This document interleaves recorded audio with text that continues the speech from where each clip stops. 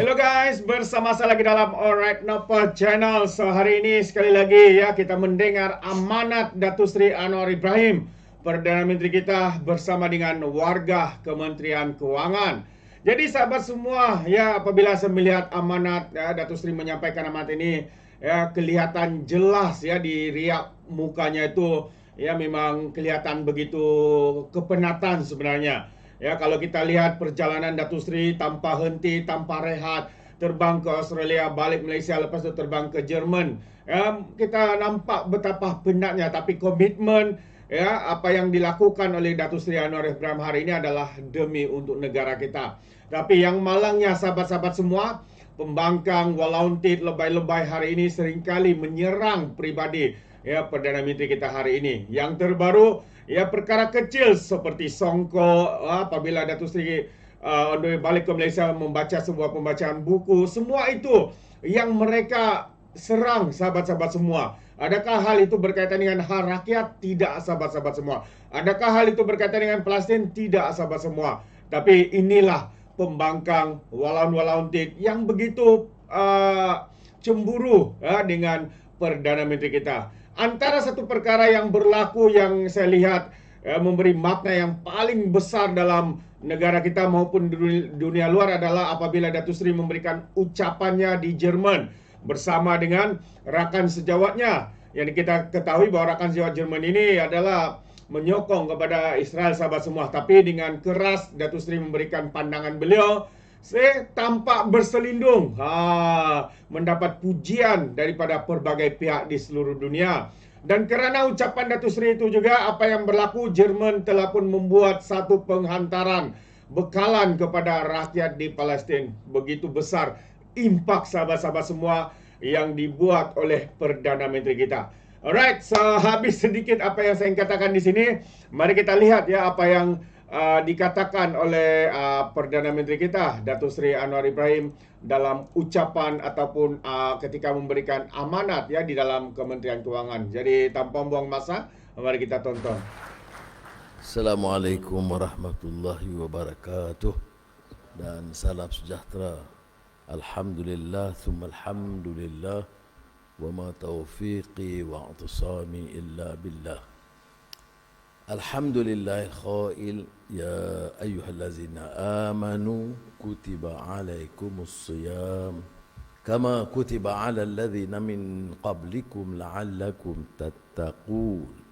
Wassallallahu ala sayyidina Muhammad wa ala alihi wa sahbihi ajma'in. Saudara Menteri, Timbalan Menteri, KSP dan rakan-rakan yang saya muliakan, alhamdulillah kita dapat sama-sama di bulan Ramadan Karim, kullu am wa antum bi khair, menjalankan tugas dengan baik di samping meningkatkan amal bulan Ramadan. Seperti mana ayat yang dibacakan tadi, tuntutan wajib ke atas umat Islam berpuasa. Kutiba 'alal ladzina min qablikum, seperti mana yang diamalkan dan dituntut kepada umat-umat terdahulu. Cuma dipendekankan kepada kita supaya meningkatkan darjat ketakwaan kepada Allah SWT. Maknanya saya tekankan, Islam itu mengiktiraf, menerima kenyataan bahawa amalan puasa diikuti, dijalankan oleh umat terdahulu. Dia tidak menyangkal kenyataan itu. Walaupun diberi penekanan bahawa puasa itu dengan nawaitu la'allakum tattaqun, meningkatkan darjat ketakwaan kepada Allah Subhanahu Wa Taala. Maknanya disiplin, integriti yang bertanggungjawab langsung kepada Allah Taala. Hal yang dilarang jelas, hal yang diizinkan pun dilarang di bulan Ramadan sebagai ujian disiplin kita. Diizinkan makan minum, dilarang bulan Ramadan dan lain-lain. Jadi, tapi yang satu aspek yang saya tekankan ialah dalam penjelasan ini, peningkatan dari segi apa yang disebut sebagai madrasah Ramadan. Dia satu ujian dan ukurannya itu adalah apakah dapat ditingkatkan keyakinan, keimanan kita, akhlak dan integriti kita, keprihatinan terhadap nasib rakyat yang lebih miskin, apakah ada peningkatan itu atau tidak? Jawapannya kita. Sebab itu bulan Ramadan ini disebut tarbiyah ruhiyah atau madrasah Ramadan, diwajibkan ke atas semua tanpa mengira kedudukan, dengan harapan, dengan maksud peningkatan derajat ketakwaan, dan dari yang samping itu menghormati bahawa Islam itu mengiktiraf kebiasaan, amalan umat terdahulu, yang tidak seperti mana yang disebut dalam peraturan kaedah Islam sekarang, dengan maksud la'allakum tattaqun. Itu satu pendekatan. Pendekatan yang agak universal ini, itu pendekatan yang kita ajukan. Tapi ayat yang sama boleh ditafsir, bahawa Islam menuntut umatnya melakukan Ramadan dan jangan ikut amalan yang terdahulu kerana mereka tidak bertakwa. Jadi naratif itu berbeza.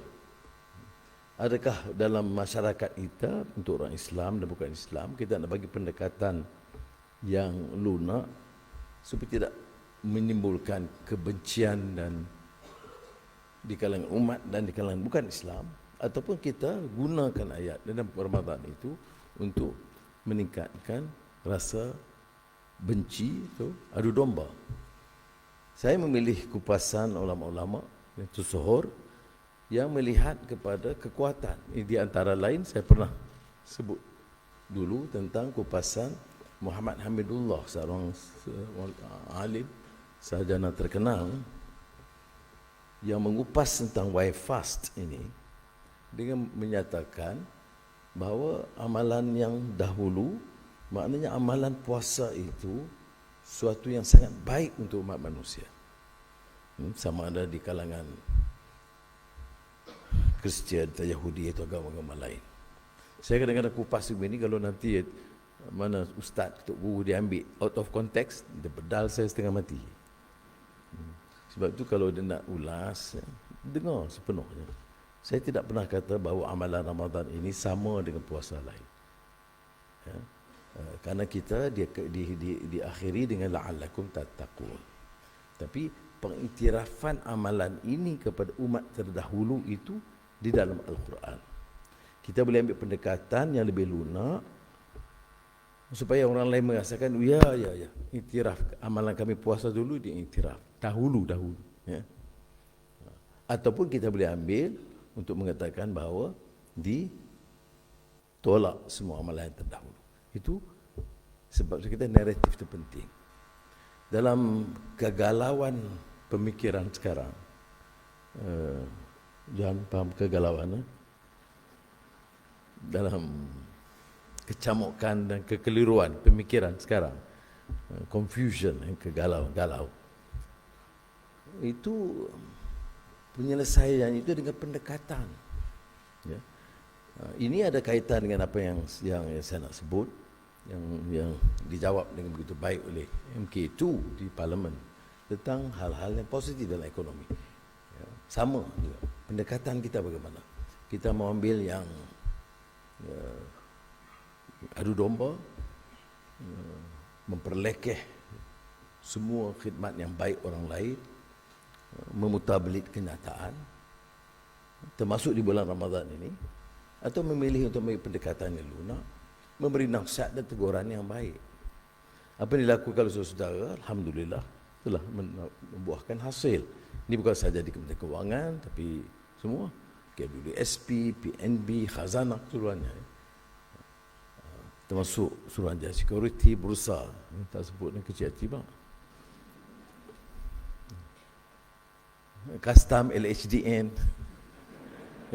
penat. Tetapi saya nak sebut sini, masih ada ruang untuk diperbaiki. Takkanlah pula kita ini sampai kesempurnaan. Sebab dalam Islam ini, dalam usaha kita, dia disebut striving for excellence. Istilah baru lah, ya. Mungkin draka dan sebagainya yang gunakan istilah itu. Tetapi sebelumnya dalam rumusan hadis Nabi Muhammad SAW sebut itqan fil amal.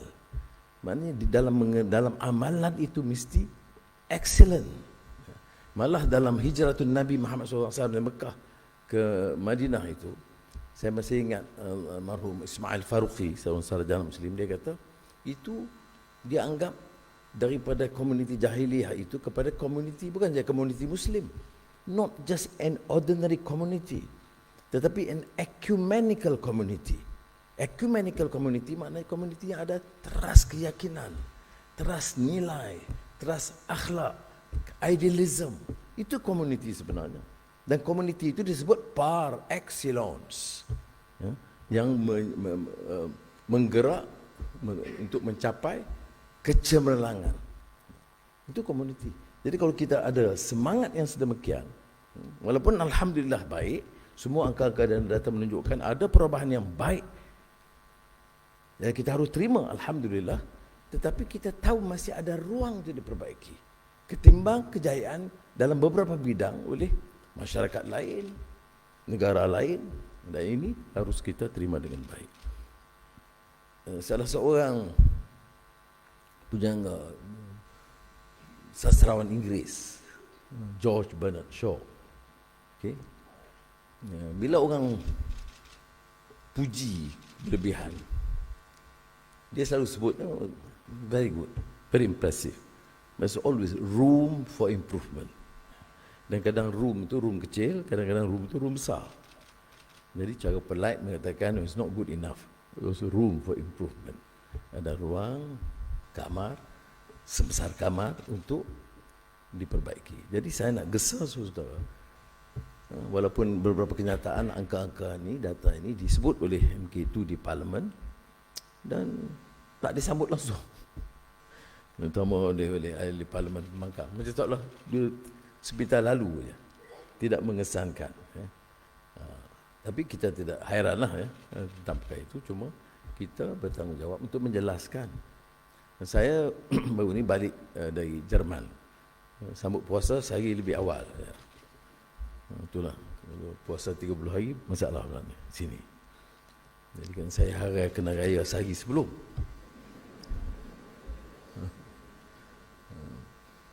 Jadi dan saya lihat sambutan itu luar biasa, bukan saja dari segi politik yang kita sebut soal China phobia atau Gaza, itu satu soal, tapi sambutan masyarakat, sarjana, pelabur itu luar biasa. Maknanya kita sudah capai satu tahap permulaan baru bagi negara Malaysia. Cukup harum dan orang meyakinkan, ya. Dan ini orang kata, oh ini anuah, bukan sebab anuah, sebab persiapan awal di situ, ya.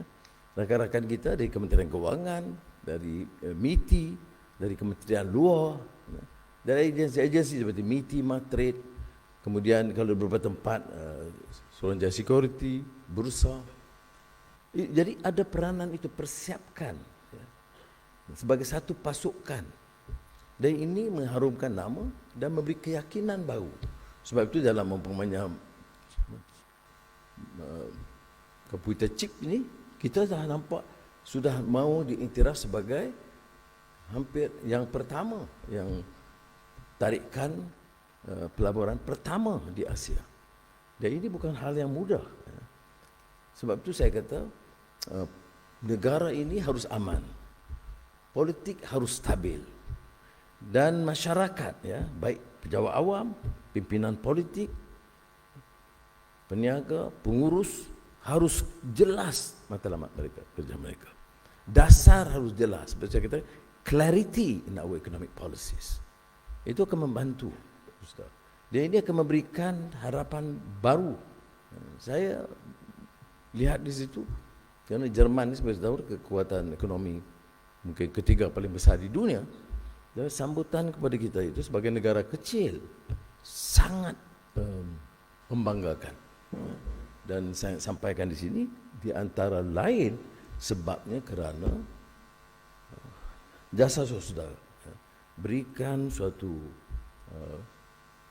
dasar, kemudian pelaksanaannya dan kesungguhan menyebabkan keyakinan bertambah. Sebab itu daripada awal kita kesal perbaiki apa-apa kelemahan, kelewatan kelulusan, ataupun amalan-amalan yang merosakkan dahulu harus ditinggalkan. Apakah semua ditinggalkan? Belum. Di tiap agensi, tiap jabatan masih ada amalan-amalan lapuk, balah, curang juga masih berlaku. Tetapi kita bersyukur kerana majoriti besarnya itu masih punyai integriti dan punya semangat untuk perbaiki. Yang kecil itu sudah diberi amaran demi amaran, itu terserahlah kepada penguatkuasaan untuk melaksanakan. So, saudara telah yang positif melakukan yang sebaiknya, dan sebagai seorang yang punyai sikap tawaduk, rendah diri, humble, harus terima kenyataan bahawa masih ada ruang untuk diperbaiki. Jadi itu baru bagi saya memaknai Ramadan. Bukan Ramadan ini bukan sahaja ukuran untuk kita tingkatkan iman dan amalan pembacaan Al-Quran dan kefahamannya, tetapi dari segi prestasi kita, prestasi kerja kita, integriti kita harus lebih bersih. Ini dia puasa, tapi sakau juga. Kemudian lepas duit sakau itu, tahun depan pergi umrah. Jadi, dan ini memang berlaku, kita tahu, bukan suatu yang aneh.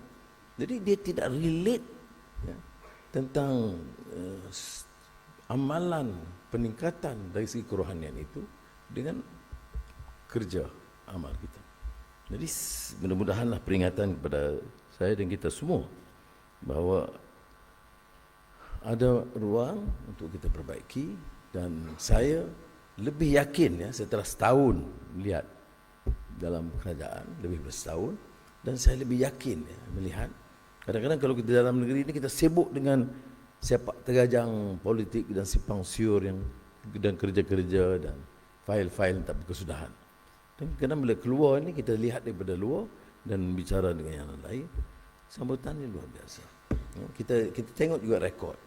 Semua kunjungan keluar menemui usahawan dan tokoh-tokoh korporat negara masing-masing, pelayanan oleh pimpinan politiknya, macam-macam majlis rasminya, termasuklah macam saya tarawih di masjid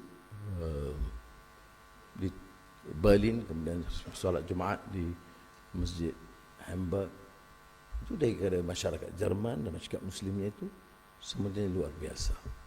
Jadi rakan-rakan yang telah memberikan umpamanya perbandingan dari kunjungan terdahulu jauh lebih baik. Kita harus terjemahkan ini. Maknanya potensi kita kalau kita dapat sustain effort ini dan tingkatkan sedikit lagi, saya fikir 2 tahun 3 tahun lagi itu wajah Malaysia itu akan berubah. Tapi dia memerlukan kesungguhan dan tekad semua. Kita sebut tentang angka pertumbuhan dan unjuran untuk tahun depan yang lebih meyakinkan.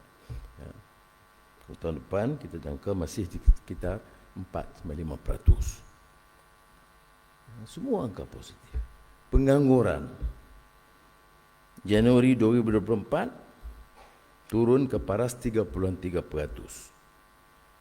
2022 3.7%. Kadar inflasi suku keempat tahun 2023 1.6% ketimbang 2% suku ketiga 2023. Walaupun saya tidak nafikan di lapangan kadang harga tinggi. Saya lihat ada rakan yang komen kepada saya, harga beras turun, harga gula terkawal, harga ayam turun ketimbang 2 tahun 3 tahun yang lalu, tapi harga makanan naik. Jadi ini mungkin penguasaan, mungkin pemantauan dan harus juga menuntut kita melakukan tinjauan dan perubahan. Ya. 2 hari yang lalu saya fungsikan mesyuarat nakol, tapi kita tumpukan soal beras. Aneh tak? Bila kita nampak macam dah mula PM dah naik angin sikit, tahu Bernas kata boleh turun RM2. Pengilang kata boleh turun RM1. Tahun sudah tidak pula. 2 tahun sudah tidak. Jadi Alhamdulillah. Dia turun RM3 beras import. Ada setengah tempat RM2 kerana pengilang tak sanggup. Tapi umumnya RM2 hingga RM3. And that's a lot. Ya, untuk pembeli dan pengguna biasa. Baik, beras tempatan memang sekitar RM26, tapi tidak ada dalam pasaran. Ya. Walaupun kadang-kadang laporan kata ada, tidak. Saya hari itu ada program penjualan rahmah begitu di Kembang Pauh, Seberang Jaya. Saya tanya ke kakak, saudari, saya kata, pasal apa beli jual beras RM30 ni, beras campur je. Ada RM26. Dia kata memang ada, tapi tak ada di kedai. Mana tak ada lah. Jadi kakak ni dia jawab saya polite lah. Mana tak beli, tak ada, tapi tak ada. Saya kata macam mana ada, tak ada. Ada lah, saya dengar ada, tapi tak ada di kedai. Tapi bila kita tegaskan dalam mesyuarat, harus, kerana pengeluaran kita tahu ya, berapa pengeluaran dia. Dan keputusan kerajaan, semua keperluan tentera, polis, sekolah asrama, kontrak sentral kerajaan itu sekarang beli beras import supaya beras murah tempatan itu masih dalam edaran. Saya tak ingat berapa jumlah, tapi besar. Jadi bila kita tekankan itu, akhirnya ada maklumat bahawa ada sekitar 150,000 metrik tan beras tempatan yang boleh diedar. Tak cukup untuk semua. Tetapi kalau kita tumpukan semua di kawasan miskin bandar, di kawasan kampung-kampung, kawasan pedalaman, melalui farmer LPP, maka sekurang-kurangnya sebahagian besar atau majoriti rakyat yang pada pendapatan rendah mestilah guna beras tempatan. Sudah Hamid Hamzah tak payah. Dia pakai beras import, okey, boleh dimaafkan. Macam Johan, dia tak pernah makan beras tempatan.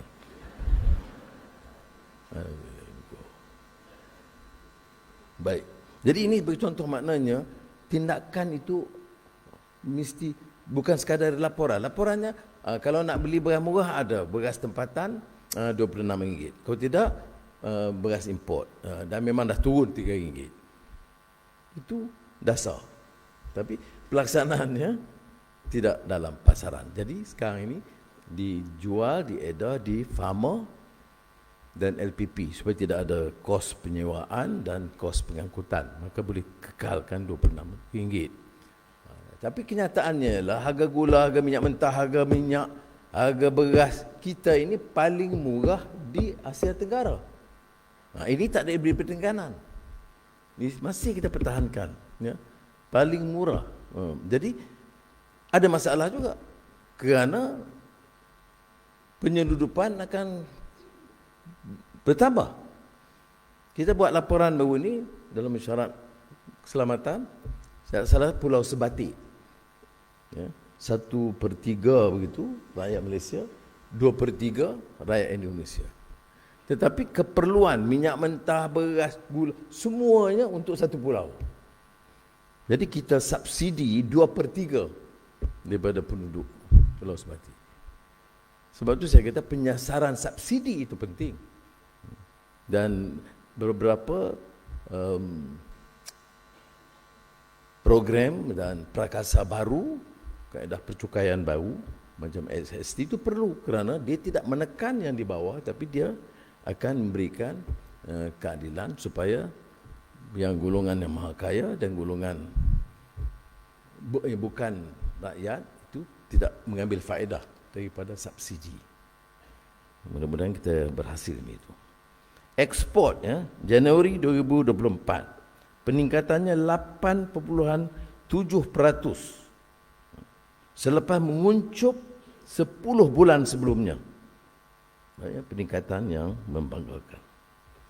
Pemulaan ekspor selaras dengan unjuran IMF bahawa perdagangan global dijangka meningkat 3.3% tahun 2024 ketimbang 0.4% 2023.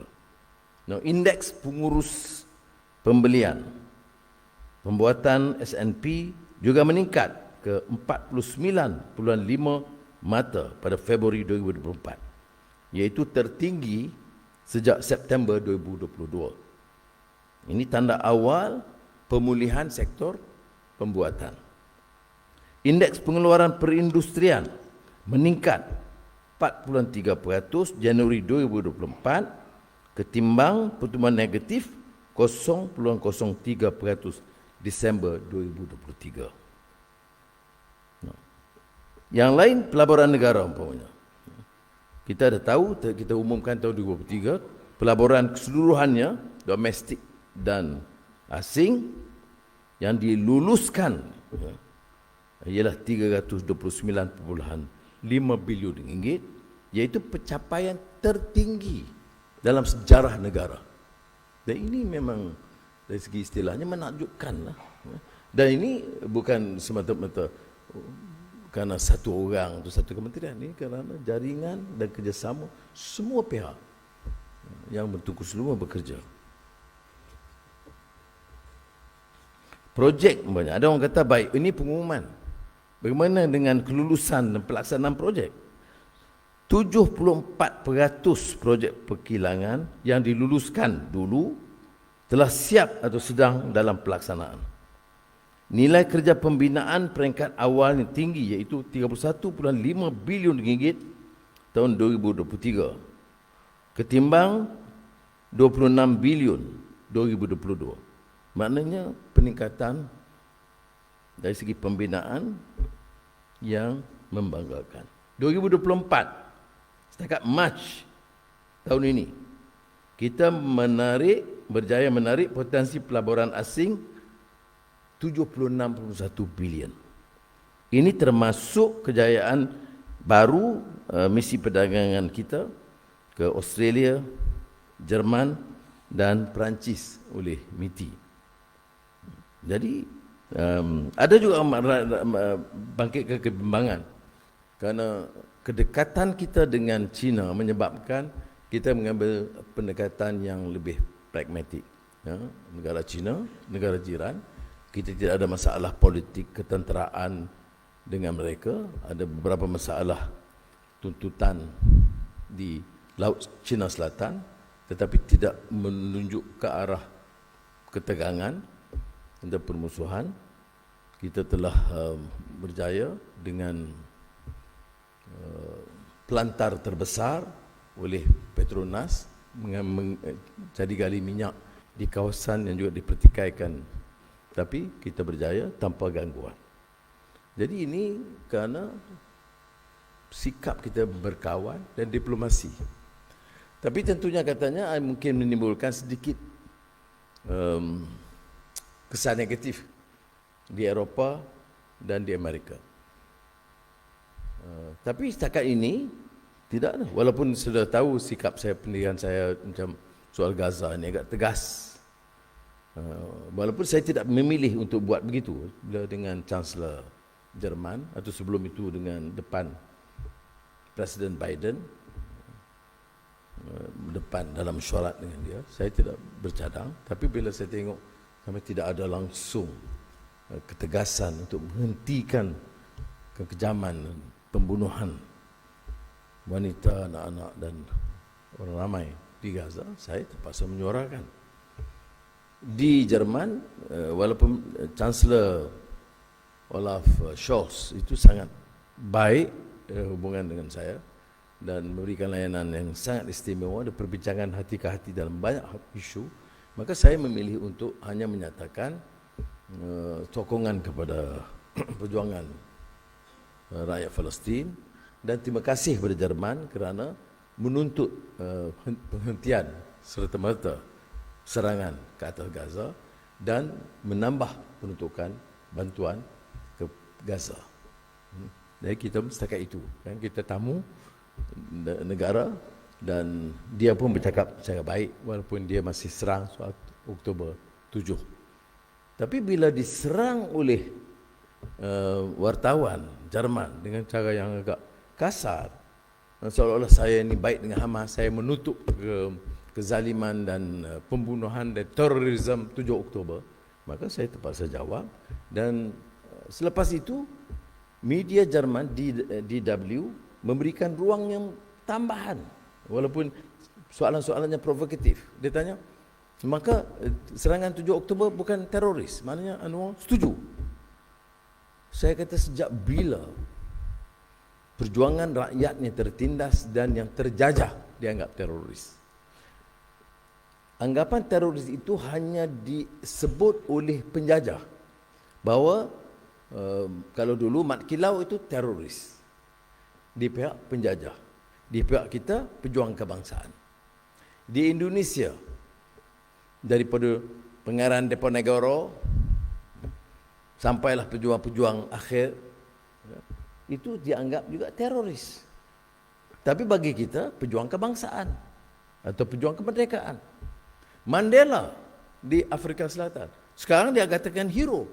Tapi jangan lupa, semasa dia di penjara, dia dianggap sebagai teroris.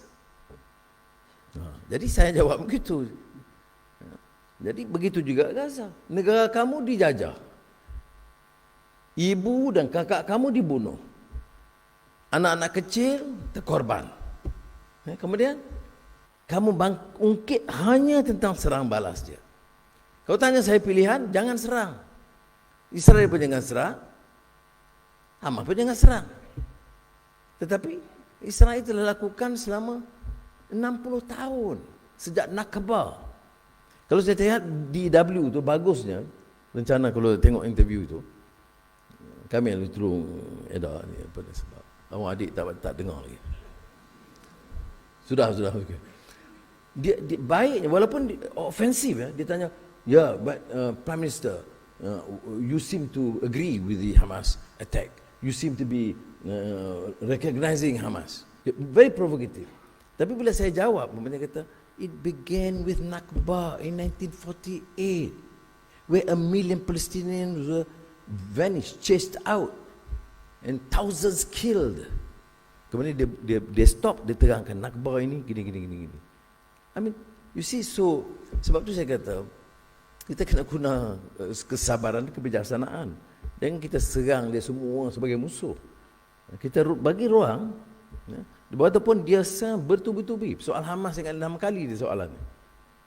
Tapi kita jawab, dan saya lihat dia beri ruang sepenuhnya untuk saya jelaskan. Jadi saya jelaskan, what do you call all the freedom fighters? Saya kata from Vietnam to Algeria to South Africa to Indonesia. Bagi rakyat itu pejuang kemerdekaan, pejuang kebangsaan. Dia dianggap hero. Bagi penjajah dianggap teroris. Saya bagi pihak rakyat. Jadi kita jelaskan, nasib baiklah alhamdulillah, walaupun saya lepas itu di Hamburg satu sambutan yang sangat baik oleh ratusan syarikat-syarikat di Jerman, syarikat besar, dalam acara yang sangat-sangat istimewa lah. Kena pakai black tie, saya pun nampak macam James Bond itu. Dan memang betul, duduk hotel pun hotel filem James Bond. Tapi saya dah tua, tak boleh panggap James Bond kita. Kalau dulu boleh. Dan sambutan sangat luar biasa. Itu selepas mereka tahu. Jadi dia kata, okay Anwar, we disagree with you on this, but it's okay, we move on. Dan dari segi pelaburan, tak ada beri kesan yang negatif. Itu saya syukur, alhamdulillah. Saya bimbang juga, because saya kena jaga juga. Kan kita buat lantang-lantang, dia boykot kita, masalah juga kita. Tapi syukur, alhamdulillah, dari Amerika Syarikat, dari Eropah, terutama di Jerman, pelaburan itu sangat tinggi, dan mereka setelah Nvidia masuk, masih anggap Malaysia hub bagi rantau ini. Dengan krisis yang disebut, Jerman kata de-risk. dia tak mau tumpu sangat kepada negara China dan investments.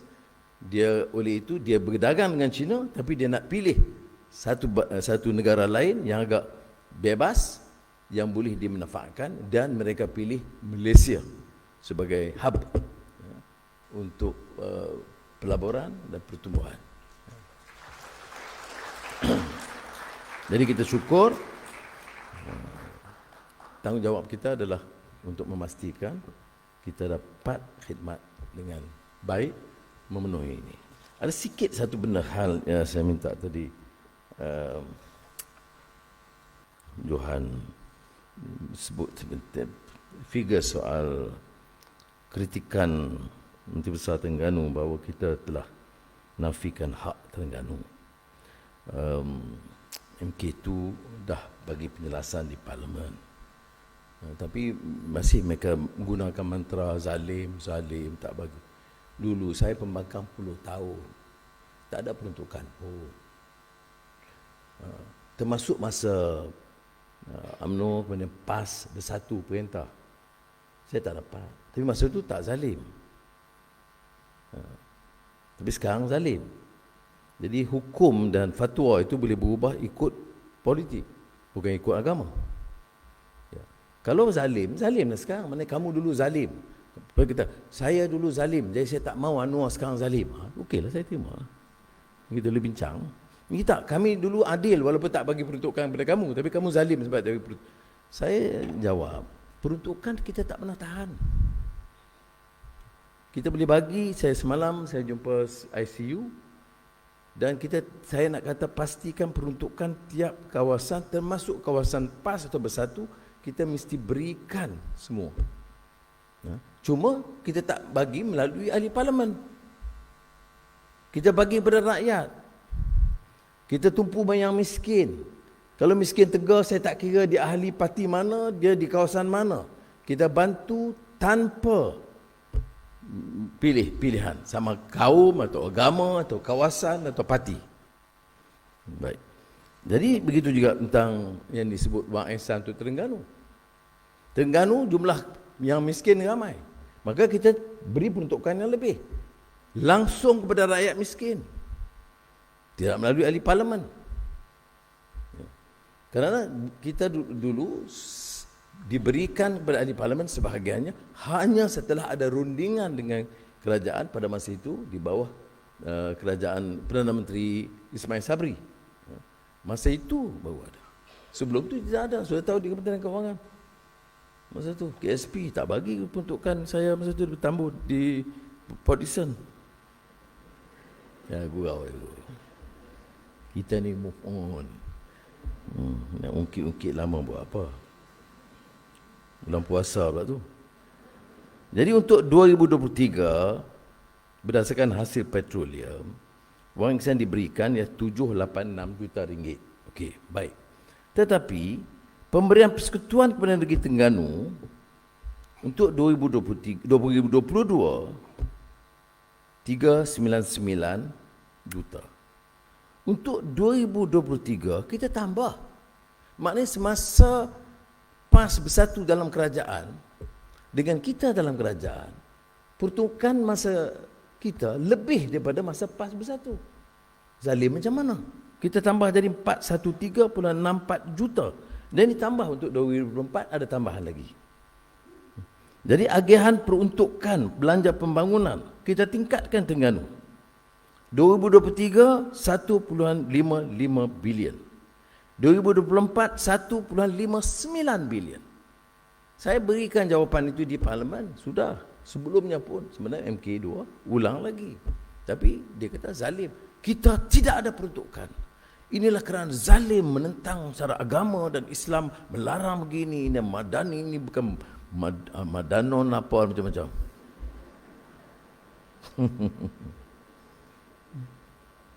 Okay. Jadi saya nak guna itu ya, maknanya belanjawan pemberian persekutuan kepada negeri Terengganu di bawah kerajaan perpaduan Madani lebih daripada masa kerajaan dulu Perikatan Nasional. Ya. Begitu juga belanjawan pembangunan lebih daripada jumlah yang disebut wang ihsan itu. Ya. Tetapi salurannya terus kepada projek rakyat. Ada program umpamanya emergency, mendesak, hakisan di Tasik Kenyir, kita terus bagi peruntukan untuk menyegerakan projek itu. Ya, sebahagiannya tentu projek daripada dana wang ihsan.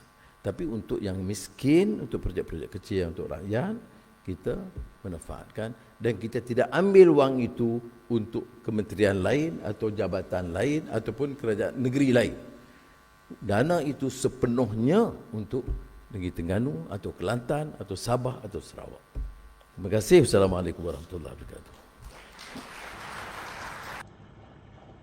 Terbaik sahabat-sahabat semua, itu dia satu amanat pencerahan ya daripada Perdana Menteri kita ya, khususnya terhadap dakwaan-dakwaan, fitnah-fitnah, berita-berita palsu yang dijajah oleh ahli-ahli parlimen pembangkang ya, walaun-walauntit, lebay-lebay, geng tebuk atap dan sebagainya.